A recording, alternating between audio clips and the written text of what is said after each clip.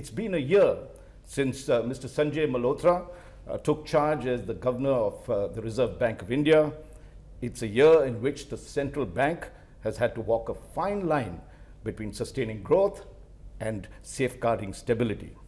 In that time, Governor Malhotra has pushed the envelope on several key fronts. And we are delighted that Governor Malhotra has agreed for a special interview with India Today magazine. I'm Raj Chengappa, and this is my colleague MG Arun. Governor Malhotra, welcome to India Today. Thank you very much. It's my pleasure to be here.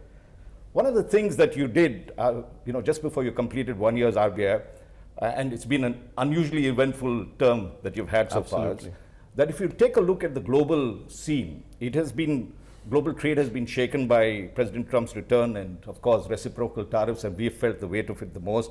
The rupee has weakened sharply. Inflation has fallen to a multi-year low, and yet India has clocked an 8.3% growth in the second quarter of its GDP. Now, you describe this phase as the Goldilocks period for the Indian economy. From a central banker's perspective, how real is this sweet spot?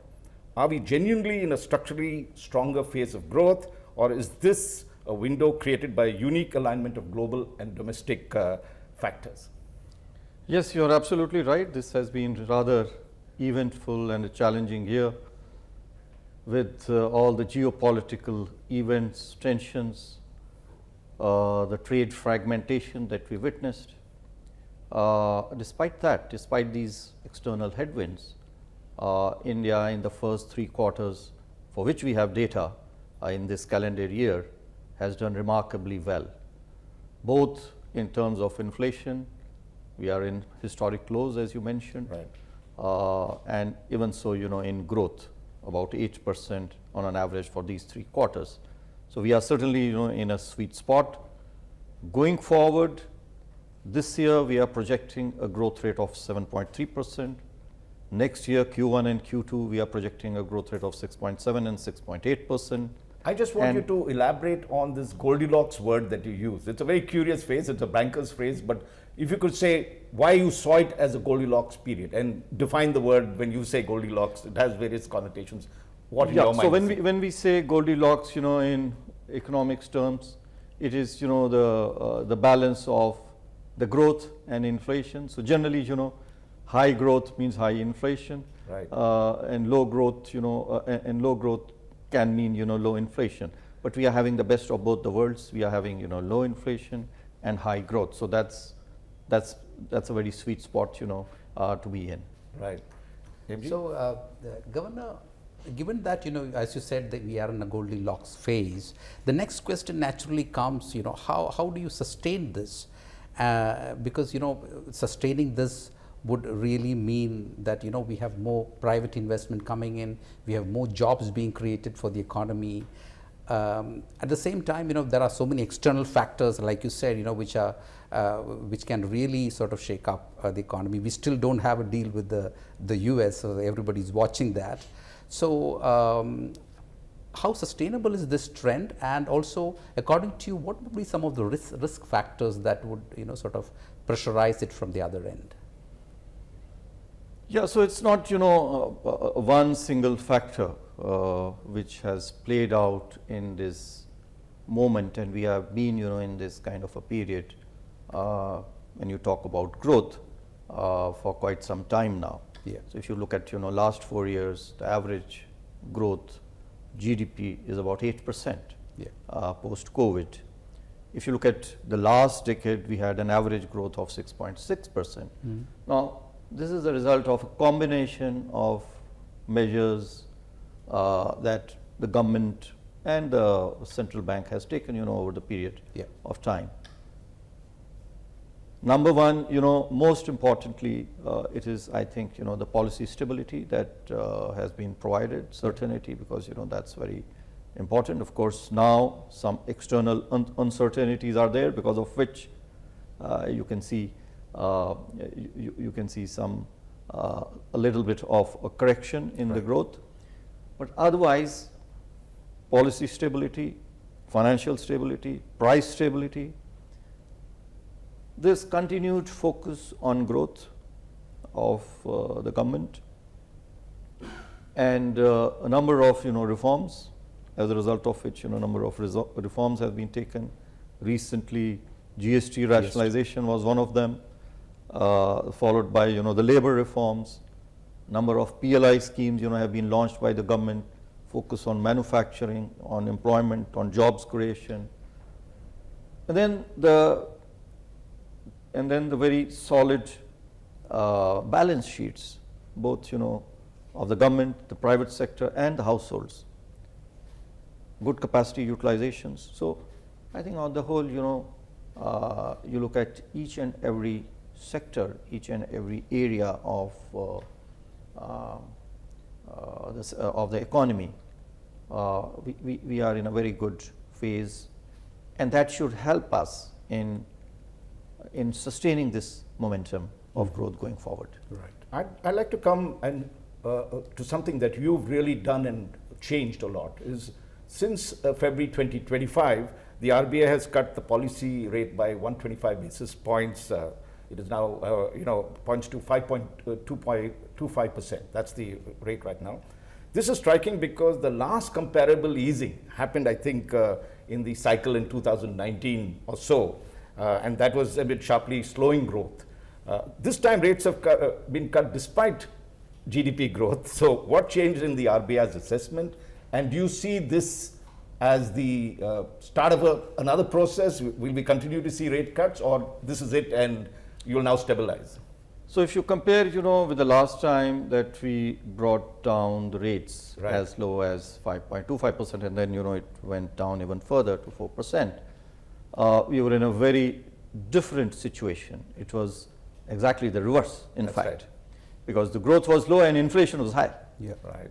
And it was increasing. Headline, next year was more than 4%, about 4.8% in 2021, So we were heading into higher inflation, lower growth. This time around, we are having good growth, and we are having, very benign inflation. So it's primarily because of the benign inflation. Last time, it was low growth, which needed to be supported. Now, the real interest rates, as I was mentioning to you, the real interest rates, especially, because core X gold is quite low.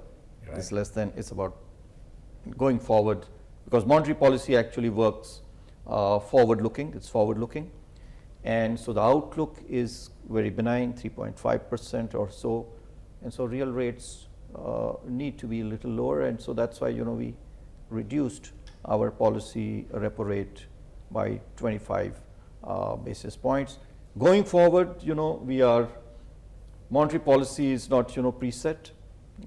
It evolves. We are data dependent. We are in a neutral phase. It's for the MPC actually, to decide and see what the data points to and what we should be doing from policy to policy. However, as I mentioned, I do feel that inflation should remain benign for a longish period of time, and if that is going to remain, barring shocks on the supply side, could be weather, could be geopolitics, could be something else, then we are in for a long period of low policy rates. I'm just pushing it a little further in the sense that you were in the finance ministry before you took up this job. Do you see, there's always the complaint that private investment really didn't, and that's the government's complaint, not yours, that private investment really didn't live up to what it should have done after the huge rates in their income tax, corporate tax rates and everything else. Do you see that change now? Is that what you're referring to when you say private investment is up, and is that sufficient to propel growth? Yeah, so see, as I mentioned, gross fixed capital formation last 4 years, as GDP has grown by about 8%, even the capital formation has grown by about 8%. The private sector over there, as you are saying, as you have mentioned, has impeded that. I mean, it could have been much more, as you are saying, but as I mentioned, it is demand which will lead to investment and not the other way around. And with consumption continuously, growing at a fast pace, I'm quite confident that investment will further, private investment, will further grow up. Let's also keep in mind 2 or 3 things with regard to private investment. One, capital intensity, of our economy is actually decreasing because capital is becoming more productive, number one, more efficient. And number 2, there is a shift of the composition of our economy towards services sector, which is growing and which is less capital intensive. So the growths in investment, private investment will not be as high as they used to be earlier. Number 2, some of the sectors that earlier used to witness capex, they themselves as a result of this are changing. If you look at power sector, for example, we were in a deficit situation. So to meet the deficit, obviously the capital requirements would have been much more. We are now, more or less in a self-sufficient, position, having met all the deficit. So the growth in investment is not going to be, as high in those sectors.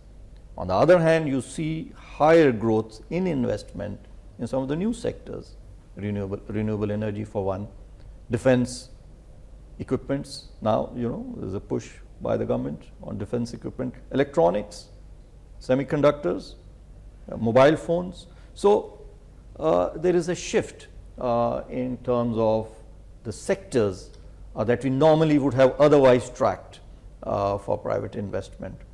So all these things, and given the fact that, as I mentioned earlier, good capacity utilization, very healthy balance sheets of the corporates, they are poised, and similarly, the good balance sheets of the banks who are eager to lend more and more to the real economy. I think all of these augur very well going forward for private investment. Since my colleague N.G. Arun mentioned exporters, one of the things is the currency issue. And the rupee has crossed 90 to the dollar, and yet the RBI, unlike in the past, is in no rush to aggressively defend a specific level of the rupee. At the same time, the weaker rupee, as we have been talking about, has cushioned exporters and import competing industries amid rising US tariffs. It doesn't seem to be getting any relief on that. Is the RBI consciously allowing greater exchange rate flexibility? How do you balance competitiveness with imported inflation and financial stability? Yeah, so on currency, you see, we have a very stable stated policy that we do not target any level or any price band, and we let the market forces, which we believe are quite deep, to determine what the appropriate level of the rupee should be vis-a-vis whether it is the dollar or the pound or the euro or any other foreign currency. Our aim over there is primarily to curb any kind of an undue or a excessive or an abnormal kind of a volatility which we try to curb, or if there is some kind of unnecessary speculation which is getting built into the prices, then we come in. Otherwise, we let the market forces determine the prices, which in the long run we believe are quite efficient. The market is quite efficient, and so even in this round, while some currency depreciation may help exporters, the primary purpose is, it's not that we have made a conscious effort to let the rupee depreciate. And why I asked you that, because if you see what happened the previous 4 years, I think close to 2% of the GDP was spent on shoring up the rupee and keeping it at a rate that the RBI and the government thought was fine to help India. So should Indians now get used to a structurally weaker rupee? Is that the policy going ahead, that look, we're not going to intervene, barring, as you said, major fluctuations, but generally we believe that that's the direction we should be heading to? I don't think, first of all, I don't think there is any major change in the policy of the RBI to intervene. As I mentioned earlier, the policy has been very stable over the last few years, and it's only undue excessive volatility that we try to reduce. Secondly, as to what levels the Indian economy should be prepared for, see, over the years, I think there is this volatility which will continue to happen, which we have witnessed even earlier. So it's not something which is new or our economy is not prepared for. I may mention that ECBs are today 76% hedged. So people are already they already factor in and they are prepared for this kind of volatility. Last 10 years the depreciation has been about 3% on an average. 20 years it has been about 3.4%. So it has come down, the depreciation on an average has come down, and we believe that even going forward the depreciation levels should not be significantly different. Maybe it should be on the lower side, given the fact that inflation now in India is going to be lower vis-a-vis the other economies. And why we depreciate is because one of the major reasons thereof is that there is there is a difference in the inflation. While advanced economies like US, they target 2%, we target 4%. We were higher than 4%. As I mentioned, we were 4.9%. So this differential in inflation will, as long as it is there, our currency will depreciate. But going forward, we are quite confident. We have a very robust, strong external sector position. We have 11 months of import cover for goods, as everyone knows, and we are about we have 92% in foreign exchange reserves vis-a-vis our short vis-a-vis our debt, external debt. External debt is about $750 billion US dollars, and we have about $690 billion of foreign exchange reserves. So we are very comfortable in meeting our external sector liabilities, whether it is on the current account, whether it is on the capital account. And do you expect this recent GST rejig to have really a lasting impact on consumption and of course compliance in the next few quarters? Certainly. I mean, it's already happening. We have seen that to a great extent. It has increased the purchasing power of the people by reducing prices, and to that extent we will certainly continue to see good growth in consumption. The monetary policy easing that we have been doing for now about almost 10 years, that should also help increase and boost consumption. And most importantly, I think the focus that the government has on growth, number one, and number two, structurally the way the Indian economy today is poised with a good, very good foundation and in a sweet spot, as we say, that should continue to help us growing for a long period of time.